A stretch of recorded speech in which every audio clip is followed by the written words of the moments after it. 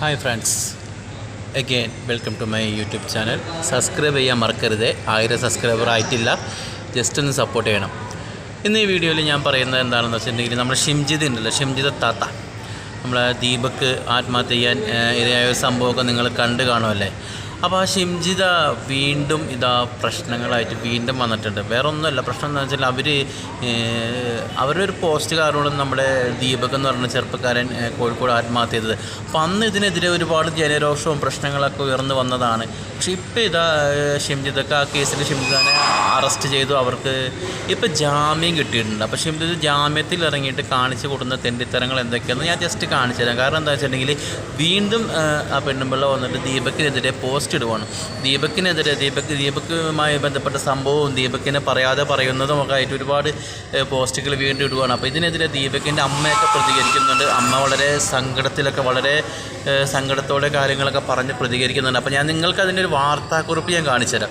ഈ വാർത്ത കണ്ടിട്ട് ഈ ഷിംജിതക്ക് ജാമ്യം കൊടുത്തത് മര്യാദയാണോ, അങ്ങനെ ജാമ്യം കൊടുക്കേണ്ട കാര്യം ഉണ്ടായിരുന്നോ, സർക്കാരിൻ്റെ അല്ലെങ്കിൽ കോടതിയിലെ ഈ നീക്കത്തെ നമ്മൾ എങ്ങനെ കാണുന്നു, നിങ്ങളുടേതായ എന്താ പറയുക, ജസ്റ്റ് കമൻറ്റ് കാര്യങ്ങളൊക്കെ നിങ്ങൾ ഈ വിഷയത്തിൽ ഇടുക. അപ്പോൾ ഞാൻ ആ വാർത്താ ക്ലിപ്പ് കാണിച്ചു തരാം, ആരും കാണാതെ പോകരുതേ. ഷിംജിത മുസ്തഫയ്ക്കെതിരെ ദീപകിന്റെ കുടുംബം രംഗത്ത്. സമൂഹ മാധ്യമ ഇൻഫ്ലുവൻസറായ ഷിംജിത വീണ്ടും റീൽസും പോസ്റ്റുമായി സമൂഹ മാധ്യമങ്ങളിൽ സജീവമായതിനു പിന്നാലെയാണ് ദീപകിന്റെ കുടുംബത്തിന്റെ പ്രതികരണം. ആ കേസിൽ അറസ്റ്റിലായ ഷിംജിതയ്ക്ക് ജാമ്യം ലഭിച്ചിരുന്നു. വിവരങ്ങൾ നൽകാൻ അനഘ ഹർഷൻ ചേരുന്നുണ്ട്. അനഘ, നമ്മുടെ സമൂഹത്തിന്റെ ഒരു പോക്കെ, ഒരു ഫോണും ഒരു ക്യാമറയും ഇന്റർനെറ്റും ഉണ്ടെങ്കിൽ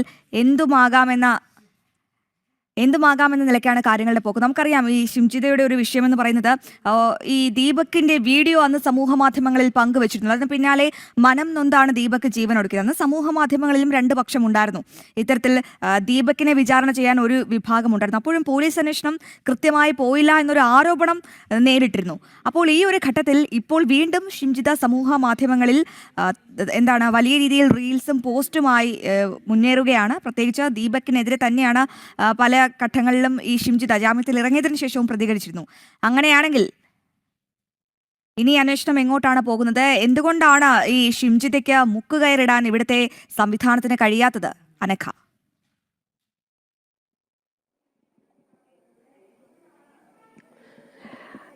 അശ്വതി, ഏറ്റവും പ്രധാനപ്പെട്ട ഒരു കാര്യം, സമൂഹ മാധ്യമങ്ങൾ കേരളത്തിൽ മുമ്പൊന്നും ഉണ്ടായിട്ടില്ലാത്തൊരു കേസാണ് ഈ ദീപകിന്റെ മരണവുമായി ബന്ധപ്പെട്ടുള്ളത്. അതായത് കോഴിക്കോട് സ്വദേശിയാണ് ദീപക് എന്ന ചെറുപ്പക്കാരൻ. ഈ ജനുവരിയിലാണ് ഈ സംഭവം നടക്കുന്നത്. ഈ ദീപക് ബസ്സിൽ വെച്ച് അപമര്യാദയായി പെരുമാറി എന്ന് കാണിച്ചുകൊണ്ട് ഷിംജിത മുസ്തഫ തൻ്റെ സമൂഹ മാധ്യമങ്ങളിൽ ഒരു പോസ്റ്റ് ഇടുന്നു. ഒരു വീഡിയോ കട്ട് ചെയ്തൊരു വീഡിയോ പോസ്റ്റ് ചെയ്യുകയും ചെയ്യുന്നു. ഈ വീഡിയോ പോസ്റ്റ് ചെയ്തതിന് തൊട്ട് പിന്നാലെയാണ് ഈ ദീപക് ആത്മഹത്യ ചെയ്യുന്നത്. ആത്മഹത്യയുടെ കാരണം എന്ന് പറയുന്നത് തന്നെ ഇത്തരത്തിൽ സമൂഹ മാധ്യമങ്ങളിലൂടെ ഈ വീഡിയോ പ്രചരിച്ചതിനെ തുടർന്നായിരുന്നു. അതിനുശേഷം പിന്നീട് വലിയ വിമർശനം ഷിംജിതക്കെതിരെ അന്ന് തന്നെ ഉണ്ടായിരുന്നു. പക്ഷേ ആദ്യഘട്ടം മുതൽ തന്നെ ഈ കേസിൽ ഈ ദീപക് ആത്മഹത്യ ചെയ്തത് മുതൽ വലിയ ജനരോഷം പൊതുസമൂഹത്തിന്റെ ഭാഗത്ത് നിന്ന് ഉണ്ടായതിനെ തുടർന്ന് മാത്രമായിരുന്നു അന്നത്തെ LDF സർക്കാർ ഷിംജിത മുസ്തഫയെ അറസ്റ്റ് ചെയ്യുന്ന നടപടിയിലേക്ക് പോലും കടന്നത് എന്നുള്ളതും, അതും ചില നാടകീയതയിലൂടെയൊക്കെയാണ് കടന്നുപോയത്. അതായത് ഷിംജിതയെ